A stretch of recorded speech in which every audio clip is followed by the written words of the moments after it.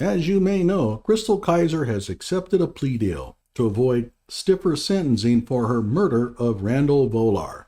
And yes, we can say murder because she pled guilty to it. But why did they offer her such a deal, and why did she accept it? That's what we're going to talk about today. Hello out there. I am trying to get through. With cold, blunt analysis cradled in the warmth of reasoning, it's time for Johnny Walker Dread to straighten you out on a thing or two. Emanating all the way from exciting Las Vegas, Oklahoma, it's time for the Johnny Walker Dread Show.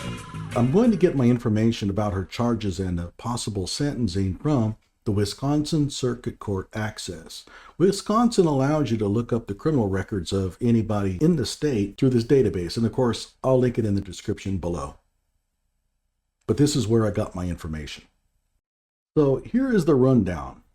On August 28, 2017, Kizer and her brother were out stealing cars. This was part of a car theft ring that she was involved in. She had stolen a number of cars, and the police tried to pull her over in a stolen car, and she led them on a high-speed pursuit. She was nailed with fleeing or eluding an officer, a felony I conviction. She pled guilty to that. In the meantime, she was out on bail for this offense. Then on June 5th, 2018, while out on bail, Chrystul murders Randall Volar. What's the story behind that? Well, briefly, when she was 15, she put out an ad in an online newspaper basically selling herself. Randall Volar, a real pervert, saw the advertisement and contacted her, and they became an item. Now, naturally, they can't be an item because she's underage. And he was videotaping sex with her and distributing it to others. I don't know if he was selling it or not, whatever.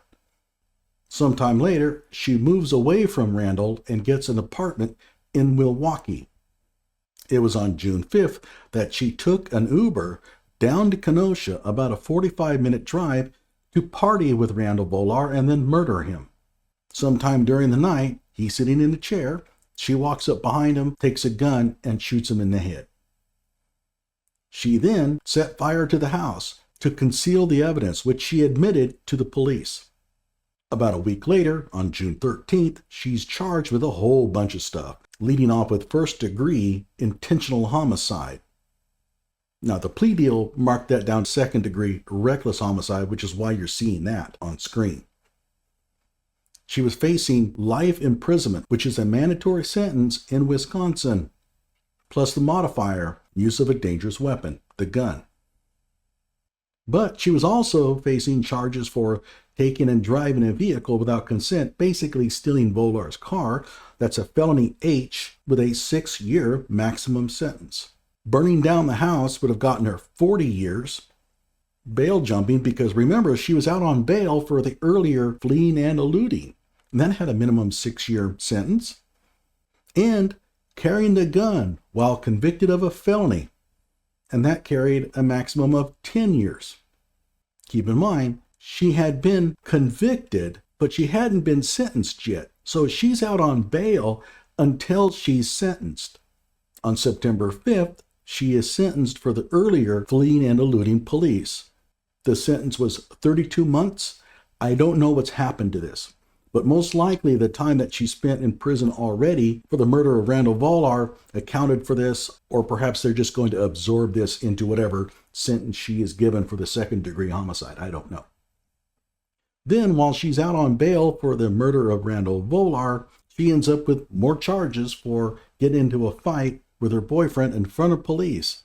I'm not going to go into this because I've already covered it in another video.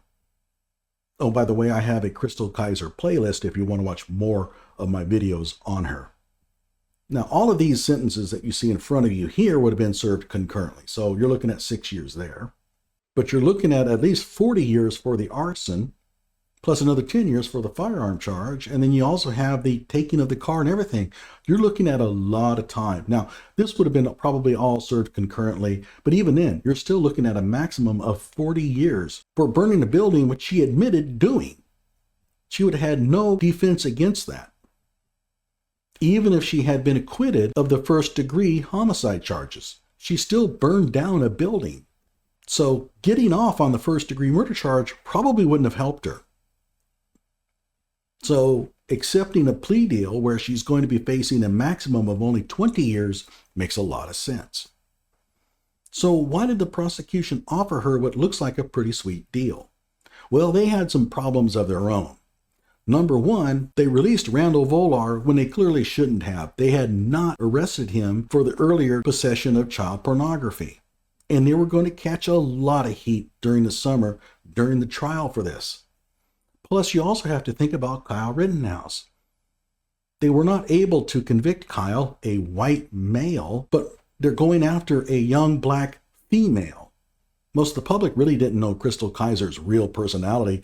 In my opinion, she is a violent thug who only murdered Volar for his car. It had nothing to do with sex trafficking or whatever.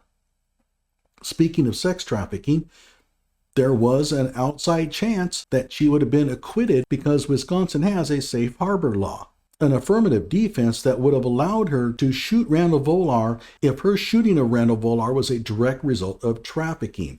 I don't think it was, but you never know if a juror is going to go, "Oh God, oh, I can't believe it. Oh, they're trying to convict this sweet, innocent girl." You don't know. Cries of racism would have flooded the prosecution's office. And they probably weren't looking forward to that. So in a sense, the plea deal makes sense. There's one more issue out there. It turns out that Chrystul Kizer's possession of a handgun violates federal law. So the feds could come in and charge her with it. They won't. But how many of you out there have heard people crying for the feds to come in and nail Kyle Rittenhouse for a straw purchase? Even though I don't think it was a straw purchase, to be honest. Chrystul Kizer has no real defense here. There is nothing in federal law that would have excused her possession of that gun. So if you do ever see anybody crying for Kyle Rittenhouse to be charged by the feds, bring up Chrystul Kizer. Ask them, do you want them to go after Chrystul Kizer too? Keep in mind, Kyle was acquitted. Chrystul Kizer pled guilty. Now, what are my thoughts about Chrystul? I've said it before. She's a violent, violent person. She's just a criminal, a violent one. And everybody misunderstood that. Like my video and subscribe to my channel.